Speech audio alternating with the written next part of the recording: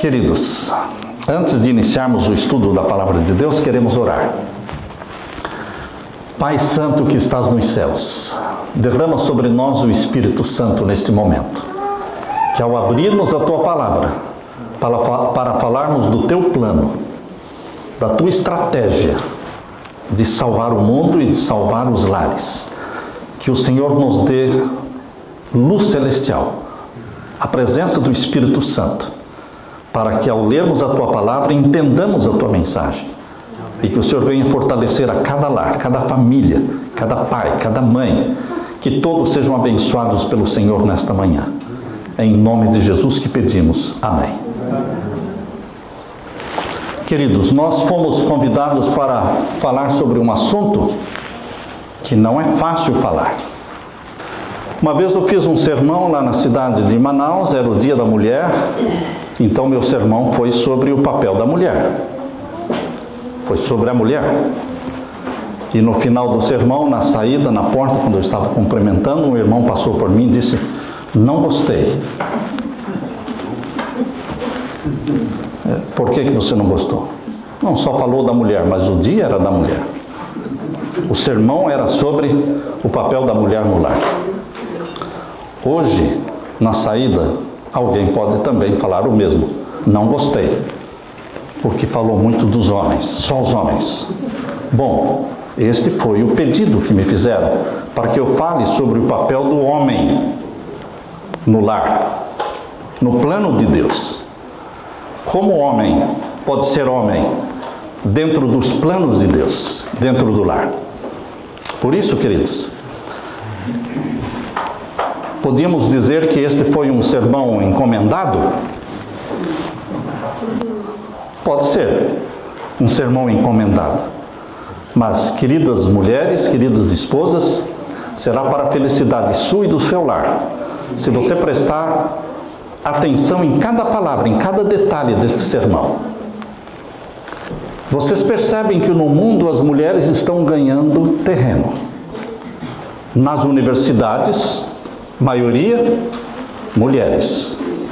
Nos business, nos negócios, como empresárias, as mulheres estão crescendo e crescendo. Na política também.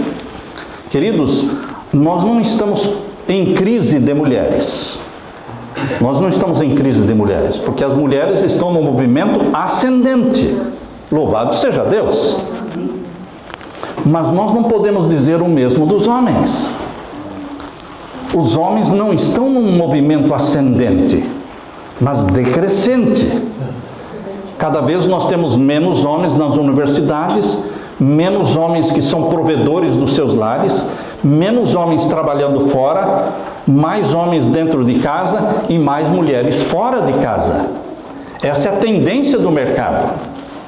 Nós poderíamos dizer que nós estamos vivendo no mundo ocidental. Eu não posso falar o mesmo do mundo oriental. Eu não posso falar o mesmo dos judeus, ou dos árabes, ou dos islâmicos, ou dos chineses, ou dos japoneses. Não posso falar o mesmo. Mas especificamente no mundo ocidental, onde prevalece o cristianismo, em todas as áreas onde prevalece o cristianismo, o homem está em recuo. O homem está perdendo seu lugar, seu valor, seu propósito. E pense um pouquinho, por que é que está acontecendo isso? Exatamente nos países cristãos, que professam o cristianismo. Porque o plano de Deus, biblicamente, você que lê a Bíblia, você já pode ter percebido isso. Deus estabeleceu um plano de salvação do planeta Terra, um plano de salvação dos lares, em cima da liderança e da figura masculina. E alguém pode dizer, Deus é machista? Não, Deus não é machista. Mas Deus tinha que montar um plano. Deus tinha que ter uma estratégia para salvar o mundo e escolheu o seu filho unigênito. E para simbolizá-lo, escolheu um cordeiro.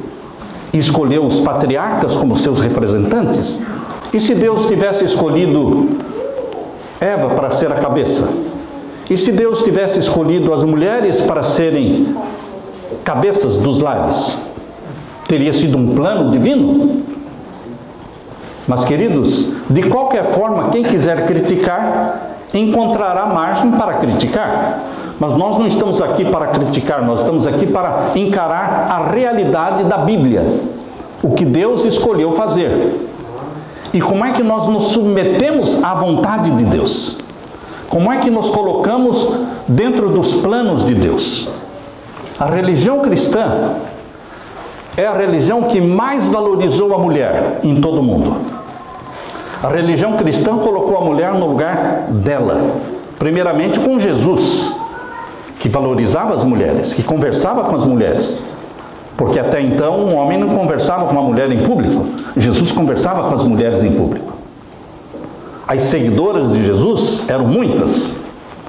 Aquelas que sustentavam o ministério de Cristo, vendendo suas fazendas, suas propriedades, e sustentavam o ministério de Jesus, eram mulheres. Então Jesus colocou as mulheres numa posição de dignidade. Diríamos que nos últimos 70 anos as mulheres avançaram em todas as áreas. Mas onde estão os homens? Nos últimos 70 anos os homens vêm enfrentando uma crise de identidade e de destino, de propósito. A identidade pode ser definida como: quem sou eu? Define-se a identidade fazendo esta pergunta: quem sou eu? Qual é o meu valor? Para que eu existo dentro do lar? Queridos, isso se aplica a ambos os sexos, mas os homens em particular estão sendo mais afetados porque a Bíblia nos revela que existe um inimigo de Deus chamado Satanás, que está interessado especificamente em confundir a identidade do homem e os valores da figura masculina dentro do lar. Por que Satanás teria tanto interesse em confundir, principalmente a identidade dos homens? A razão é revelada na Bíblia. É na Bíblia que você descobre o porquê de Satanás estar desvalorizando, menosprezando, diminuindo e fazendo com que os homens recuem. Lá no Jardim do Éden, a Bíblia diz que Deus colocou Adão como o cabeça, a responsabilidade de ser o líder. Deus, sabendo que existiria muita contenda, muito conflito e desavença entre marido e mulher, pensamentos diferentes, sentimentos diferentes, Deus tinha que escolher um líder. E Deus escolheu Adão. O plano de Deus, desde o Jardim do Éden, depende inteiramente de uma liderança paternal, de uma figura masculina. Portanto, Satanás, ao desprezar o homem como cabeça, anular a liderança paternal dentro dos lares, fazendo assim, Satanás está simplesmente destruindo o plano de Deus. É muito sutil isso, queridos. É muito sutil. Nós temos que parar para pensar e refletir sobre isso que nós estamos falando aqui. Por não entenderem o plano divino, muitos rotulam Deus como machista. Mas Deus escolheu trabalhar desta forma. Satanás não pode estar em todos os lugares ao mesmo tempo. Satanás não pode, com todos os demônios que ele tem, não pode estar em todos os lares ao mesmo tempo. Satanás também não pode aumentar o número dos demônios. Estão me acompanhando? O número dos demônios, ou seja, 1/3 dos anjos que foram expulsos do céu e vieram para a terra, e eles formam o exército de Satanás, esse número de demônios, ele é fixo. Não tem nenhum a mais e nenhum a menos. Agora imaginem quantos demônios existiam para cada ser humano quando nasceu Caim e Abel. No tempo de Sete, no tempo de Enoque, no tempo de Noé, no tempo de Abraão, existiam muitos demônios para cada ser humano. Mas hoje nós estamos com mais de 7 bilhões de seres humanos e o número de demônios continua sendo o quê? o mesmo. Satanás não pode duplicar demônios. E o número da população mundial cresce. E ele não pode estar em todos os lugares ao mesmo tempo, nem estar dentro de todos os lares ao mesmo tempo. Então Satanás criou o quê? Uma estratégia para não precisar que ele esteja em todos os lares, porque ele não pode estar. Se ele está aqui, ele não pode estar lá. É diferente de Deus, né? Deus é onipresente. Satanás não é onipresente. Ele é limitado. Então ele criou uma estratégia. Qual foi a estratégia? Desvalorizar, diminuir a valorização da liderança masculina dentro do lar. Se ele consegue fazer isso, ele não precisa estar lá. Ele não precisa estar lá. Porque os resultados ele já conseguiu. O plano de Deus para aquela família dificilmente vai se cumprir. Satanás descobriu que na Bíblia Deus colocou o homem como marido, como pai, como representante de Deus na família. Satanás percebeu que Deus criou a família humana como um reflexo da família divina. Na família divina existe o Deus Pai, o Deus Filho e o Deus Espírito Santo. E nós fomos feitos à imagem e à semelhança de Deus. Não iguais, mas semelhantes.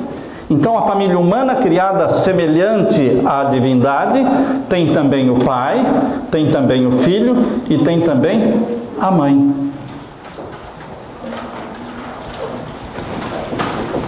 Quem representa o Deus Pai dentro da família humana? O homem. Quem representa o Deus Filho dentro da família humana? O Filho, os filhos. E quem representa o Deus Espírito Santo dentro da família humana? A mãe. Ela que aconselha, é ela mais que repreende, é ela mais que ensina, ela mais que convence. É o papel do Espírito Santo trabalhando dentro da família humana. Mas, queridos, Satanás criou uma cultura onde os homens estão sendo desvalorizados.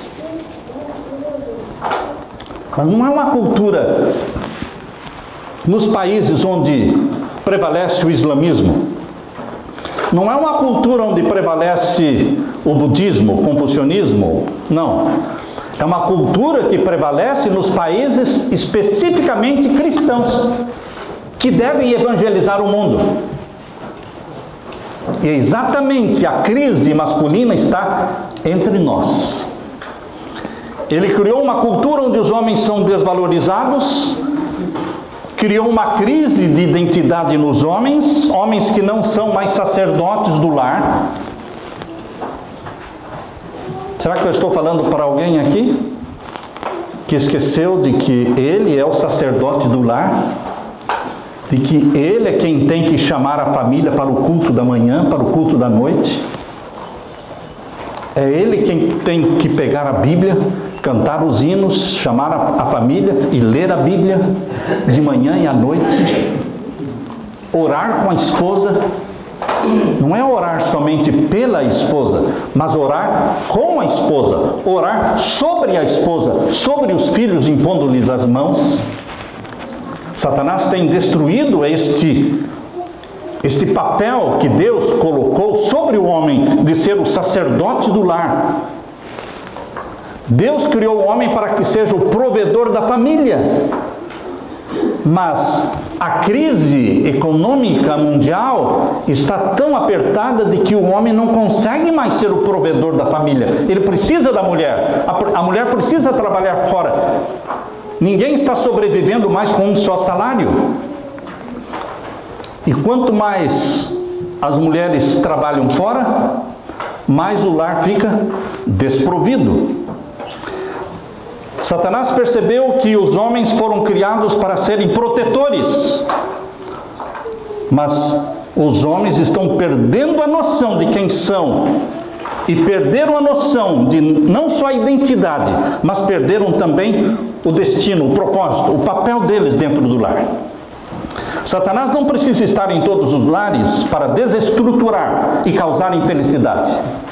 Basta que o homem seja complexado. Estou mexendo na ferida de alguém? Satanás não precisa estar em todos os lares. Ele não pode estar em todos os lares. Ele não tem demônios para todos os lares.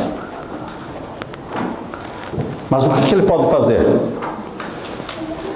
Colocar na mente do homem o complexo. Abaixo autoestima. Vocês já ouviram falar em autoestima? Pouca importância muitos dão para a autoestima. Ah, esse negócio de autoestima. A autoestima levanta e a autoestima derruba. Deus precisa da tua autoestima para te usar. E Satanás precisa da tua baixa autoestima para cumprir com os propósitos dele. Um homem complexado, com a baixa autoestima, inconsciente do chamado divino para ser sacerdote da família, é tudo que Satanás precisa.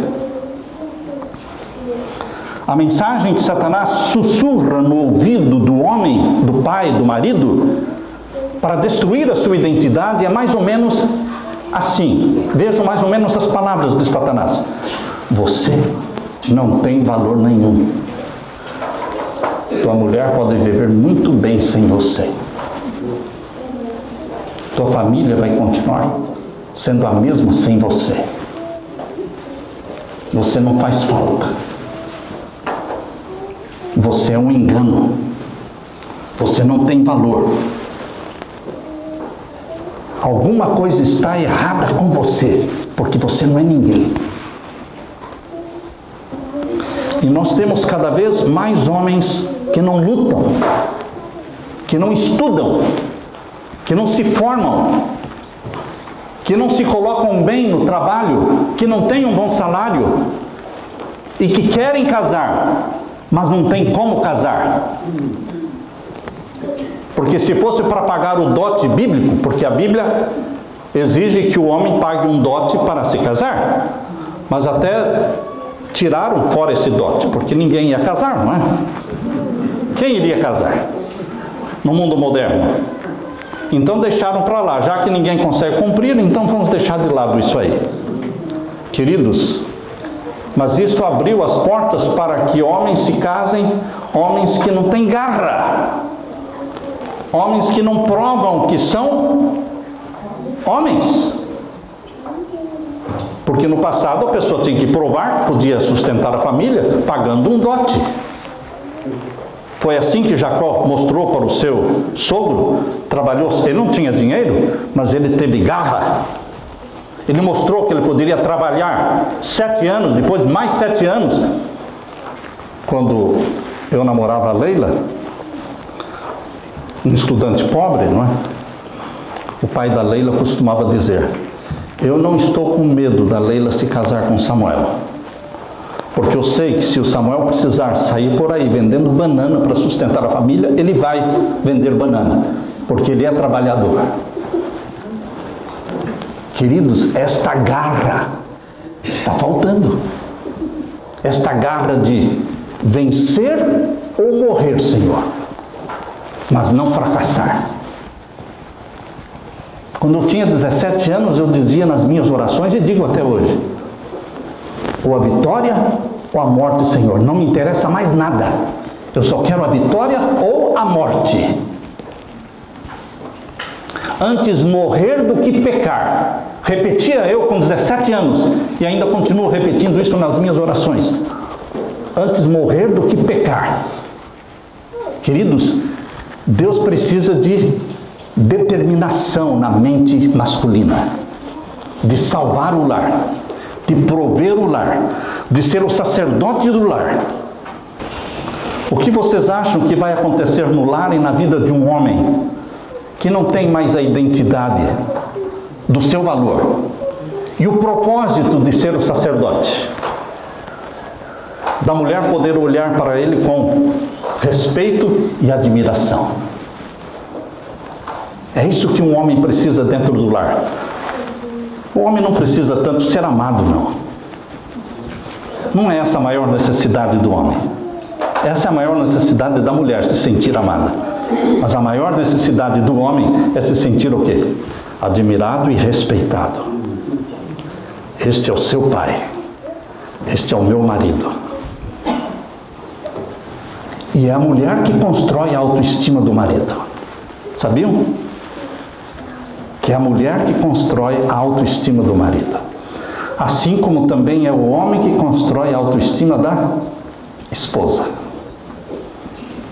Quando a Leila e eu namorávamos, com 17 anos, começamos, né? Ela falou para mim depois, né? Que ela tinha muitos complexos, baixa autoestima.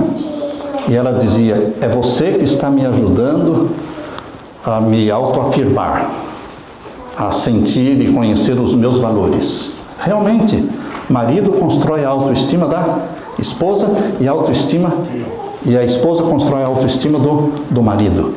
Mas também pode o quê? Derrubar. Você não serve para nada.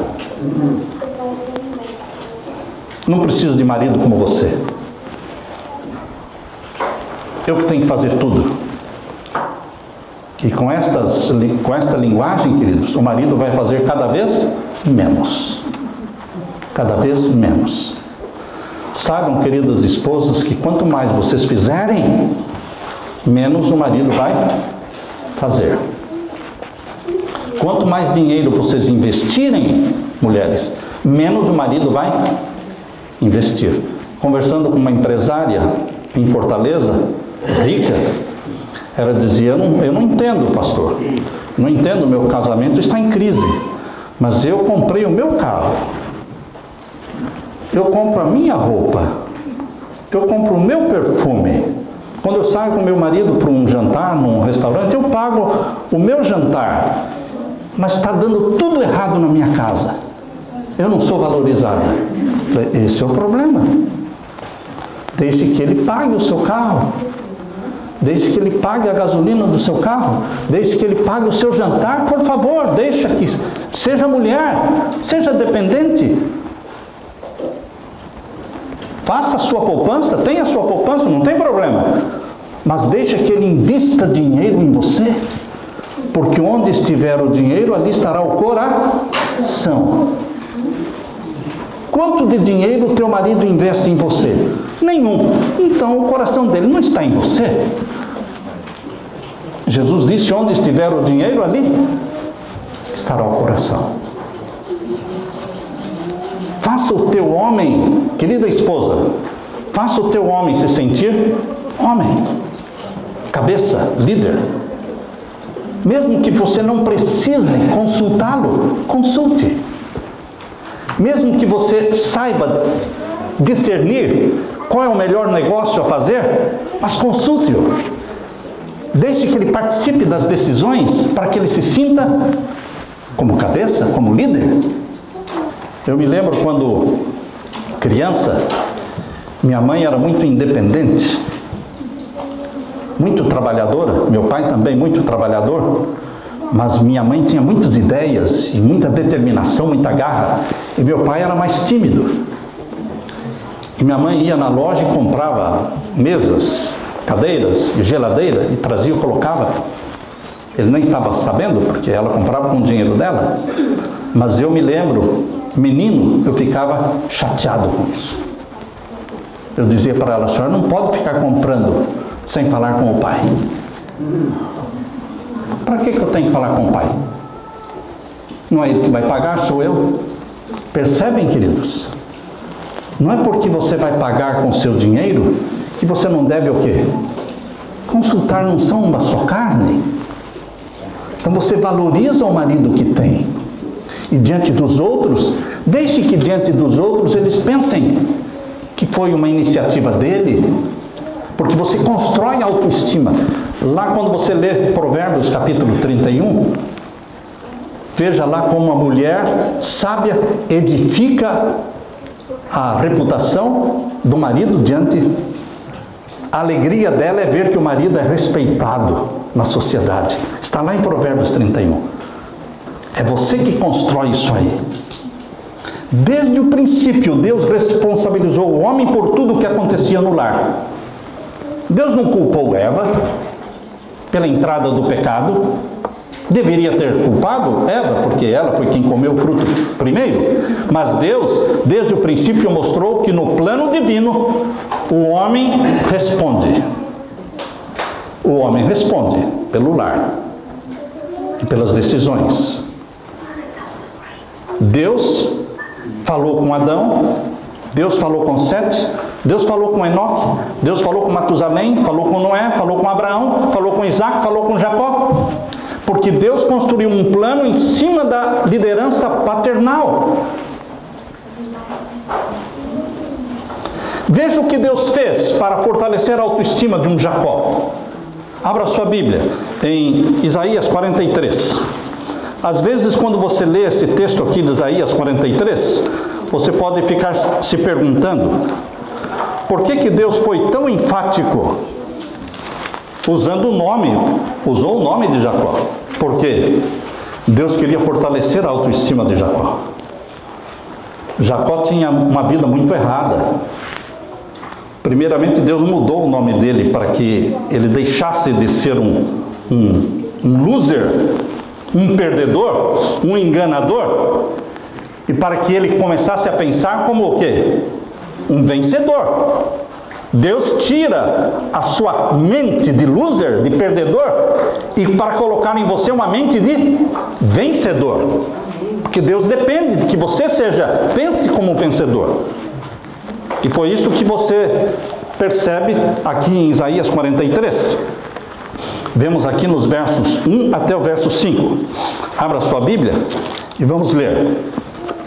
Aqui diz: mas agora assim diz o Senhor, que te criou, ó Jacó, e que te formou, ó Israel.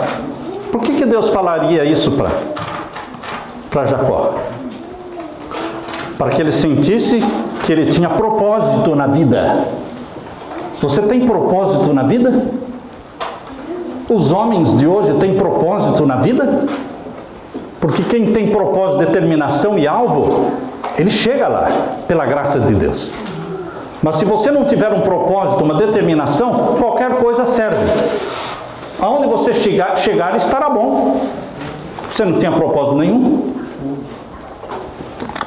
Mas agora, assim diz o Senhor, que te criou, ó Jacó, e que te formou, ó Israel.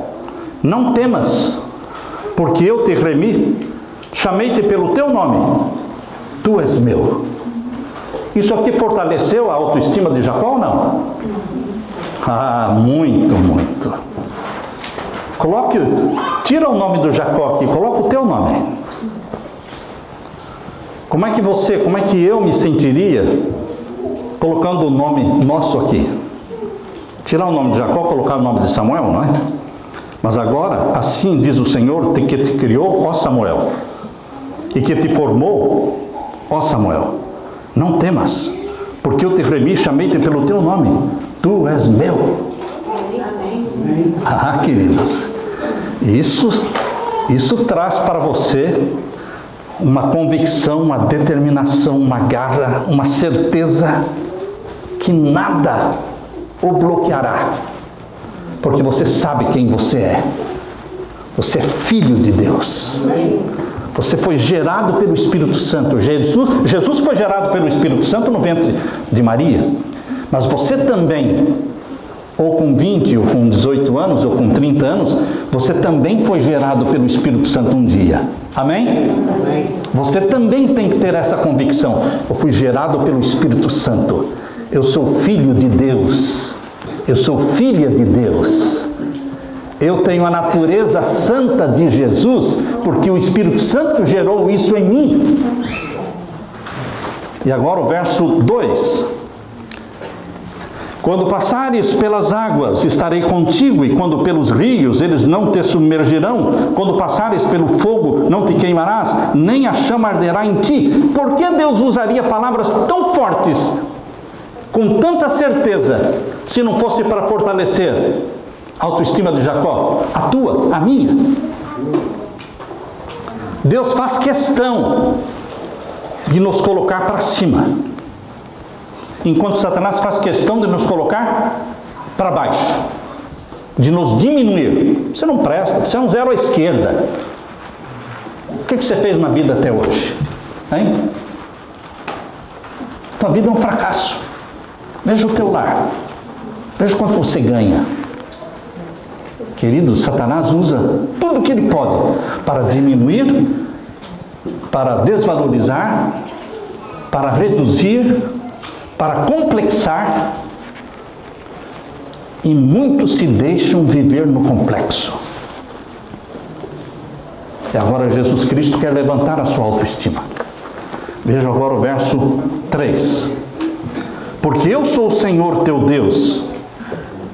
Eu sou o teu. Vejam o relacionamento de pai e filho, não é? Eu sou o Senhor teu Deus, o Santo de Israel, o teu Salvador.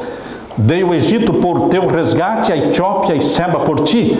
Enquanto foste precioso aos meus olhos, também foste glorificado. Eu te amei, pelo que dei os homens por ti e os povos pela tua alma. Queridos, estas palavras de Deus fortalecem a nossa autoestima. Deus constrói nossa identidade. Deus mostra o nosso destino, o nosso rumo, o nosso propósito dentro de casa, dentro do nosso lar. Satanás quer que os pais não tenham autoridade nenhuma dentro de casa. Ele fala uma coisa, a mulher fala outra, e o que ela falou prevalece. E o pai fala para os filhos: mas eu não falei para você não fazer isso? Mas a mamãe deixou. Mães, não se deixem usar no sentido de desvalorizar o homem. Nem o homem deve se deixar levar por Satanás para desvalorizar a mãe. Satanás quer realmente acabar, destruir a autoimagem, a figura do pai, a figura da mãe. Porque afinal de contas, o pai representa o Deus Pai e a mãe representa o Espírito Santo dentro da família. Se os dois estiverem em desavença, um diminuindo o outro, se destrói. A família deixa de ser um reflexo e uma semelhança da família divina. O cristianismo é a única religião do mundo construída em cima desse princípio da liderança do homem. E muitos perguntam: por que Deus fez isso? Existem coisas na Bíblia que são declaradas, mas não são explicadas. Deus não diz por que Ele fez isso. Deus simplesmente fez. E Deus não é democrata? Não. Quero dizer para os democratas que Deus não é democrata. Nunca foi. Você não vai nunca encontrar algo na Bíblia parecido com: escuta, eu estou planejando criar o planeta Terra, eu estou pensando em colocar o 7º dia como dia de guarda. O que você acha? O que você acha? Deus não pede opinião. Deus disse: o 7º dia é o sábado do Senhor teu Deus. Por quê? Porque é. Porque eu escolhi. Eu fiz assim. Mas onde é que está a democracia? Democracia não existe no plano divino. Nem hoje e nem na nova terra. Democracia não é governo. Queridos, democracia é governo do povo. Mas nós viveremos na eternidade teocracia. Governo de Deus. Porque Deus sabe o que é melhor para você e Deus determina. Deus dá liberdade para você escolher entre o certo e o errado, mas Deus não dá liberdade para você definir o que é certo e o que é errado. Vou repetir isso. Deus lhe dá liberdade para escolher o certo ou o errado, guardar o sábado ou guardar o domingo. Mas Deus não lhe dá o direito de definir o que é certo, o que é errado. Ele define. Ele define o que é pecado. Não é você que define o que é pecado. Você pode escolher pecar ou não pecar. Mas quem define o que é pecado é o nosso Deus. Por quê? Porque Ele é Deus. Eu aceito Deus na minha vida como Deus. Eu deixo Deus ser Deus. Deixe Deus ser Deus no seu lar. Deus colocou o homem como sendo o seu representante. Na Bíblia e no cristianismo, é assim que funciona. Deus não pergunta sobre o adultério. O que vocês acham? Ele não pergunta a opinião de ninguém. Eles dizem que os filhos devem obedecer o pai e a mãe, e ponto final. Ah, mas se o meu pai não presta, ou se o meu pai é um bêbado, não importa. Honra o teu pai e tua mãe. Deus define o que deve ser feito. Foi assim que o Deus sábio, que nunca erra, foi assim que o Deus bondoso, que nunca nega bênçãos para os seus filhos, foi assim que Ele determinou a responsabilidade da liderança masculina dentro do lar. Muitos gostam do que Deus faz e outros ficam revoltados com o que Deus faz. Mas é assim mesmo.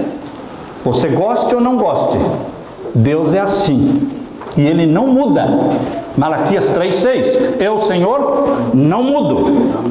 Você goste do sábado ou não, o sábado é o dia do Senhor. Você apoie ou aprecie o dízimo como sendo do Senhor, não importa. O dízimo é do Senhor. E ponto final. Primeiramente, a liderança foi colocada sobre Adão. Depois sobre Sete, Enos, Enoque, Matusalém, Noé, Sem, Abraão, Isaque, Jacó, Moisés. Deus colocou sobre os levitas a liderança espiritual. No Novo Testamento, Deus colocou sobre os 12 apóstolos a liderança espiritual. E depois, quando os 12 apóstolos morreram, Deus colocou sobre os anciãos nas igrejas. Deus é machista? Não. Deus escolheu trabalhar em cima na liderança masculina. Mas Deus valoriza a mulher muito, muito, muito. O cristianismo é a religião que mais valoriza a mulher, mas não coloca a mulher no lugar do homem, e nem o homem no lugar da mulher. Em Gênesis capítulo 18, verso 19, nós lemos que Deus conhecia Abraão e Abraão conhecia Deus. Gênesis 18, 19, Abraão não tinha crise de identidade. Ele era um servo fiel ao Senhor. Quando foi para sacrificar Isaque, Deus falou com Abraão. E Abraão não falou nada para Sara. Porque Abraão não estava dependendo da opinião de alguém. Deus falou, ele iria obedecer. Se Sara concordasse ou não, ele iria obedecer. Você sabe o que é certo? Eu como homem, você como homem, precisamos fazer o que é certo, dentro do nosso lar. Não precisamos fazer uma pesquisa, se vamos assistir tal novela ou não. Não precisamos fazer uma pesquisa, se no sábado podemos fazer isso ou não. Não, não se faz pesquisa. Deus diz o que é e o que não é. E nós somos representantes de Deus dentro do lar. Em Gênesis capítulo 18, verso 17, Deus falou assim: ocultarei eu a Abraão o que eu faço? Eu faria alguma coisa ocultando a Abraão? Não, não posso fazer isso, porque Abraão é o meu amigo. Queridos, Deus quer que o homem, o pai, seja amigo de Deus. E você saiba quem você é e o propósito que Deus colocou na sua vida. Eu li sobre um seminário para casais, realizado pelo Dr. Edwin Cole. Ele fazia palestras para homens. Um dia ele recebeu um telefonema, era uma esposa, aflita, ansiosa, e ela dizia: Dr. Edwin Cole, meu marido não sabe que estou ligando para o senhor. Eu sei que o senhor vai dirigir um seminário para homens. É com muito temor e tremor que estou ligando para o senhor. Não fale para o meu marido que eu liguei. Mas eu sei que o senhor faz palestras para homens. Eu já assisti a alguma palestra sua. Acho que sua mensagem fala poderosamente ao coração dos homens. Eu queria que dissesse para eles que o que nós mulheres pensamos. Eu não poderia conversar isso com o pastor da minha igreja, porque ficaria muito chato. A gente está se encontrando toda semana na igreja. Eu não gostaria de abrir isso para o pastor da minha igreja. Por isso estou ligando para o senhor. Meu marido, ele é um bom crente. Não perde nenhum culto da igreja. Raramente chega atrasado. Ambos trabalhamos na igreja. Eu sou professora da escola dominical e ele é o introdutor. Ele me ajuda. Somos crentes e amamos a Deus. Somos casados há muitos anos. E meu marido nunca conversou sobre as coisas espirituais dentro de casa. Conversamos sobre tudo, mas ele nunca disse uma palavra sequer sobre as coisas de Deus. A primeira vez que o meu marido orou em voz alta, na minha presença, nós já estávamos casados há 15 anos. E só orou porque eu estava doente e eu pedi para que ele orasse por mim. Ele é muito cuidadoso comigo, faz tudo por mim. Fico até com um sentimento de culpa de falar dele pelas costas. Mas eu estou me sentindo muito sozinha. Já não sei o que fazer. Sinto um vazio na minha vida pelo fato dele não tomar a iniciativa de orar e falar das coisas espirituais. Quando os nossos filhos estavam em casa, eu ainda tinha com quem ler a Bíblia e orar com os meus filhos. Eu lia a Bíblia e orava com eles. Mas agora os meus filhos já se casaram, já saíram de casa. Meu marido ganha bem. Eu não preciso trabalhar fora. Então eu fico a maior parte do tempo em casa. Estou me sentindo sozinho e não é só porque os filhos estão criados. É porque o meu marido não assume a liderança espiritual dentro de casa. Por favor, Dr. Cole, fale aos homens. Onde o senhor for pregar, fale aos homens que nós mulheres queremos que os homens, maridos, assumam a liderança do lar em todos os aspectos, principalmente nessa questão de orar e estudar a palavra de Deus. Se ele se dispusesse a mudar e assumir a liderança, eu o amaria mais ainda. Por favor, não me entenda mal. Não é que eu não ame o meu marido, eu o amo, mas é que desejo demais. Eu desejo muito que ele assuma essa posição de liderança masculina dentro do lar. Não quero tomar a iniciativa. Não seria certo. Sei que muitas mulheres o fazem, mas não acho isso certo. Muito obrigada pela sua atenção. E por favor, diga aos homens que nós queremos que eles sejam homens. Queridos,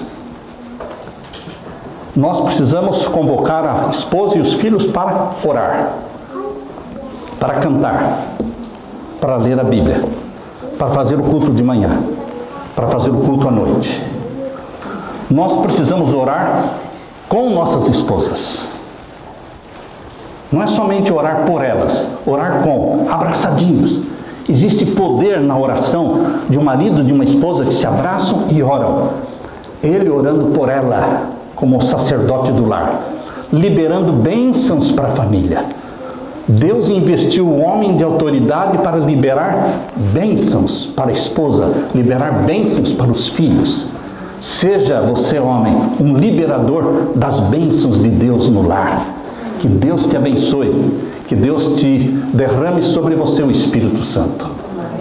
E que homens e mulheres, maridos e esposas juntos, em Cristo Jesus, preparemos nosso lar para a volta de Jesus. Amém?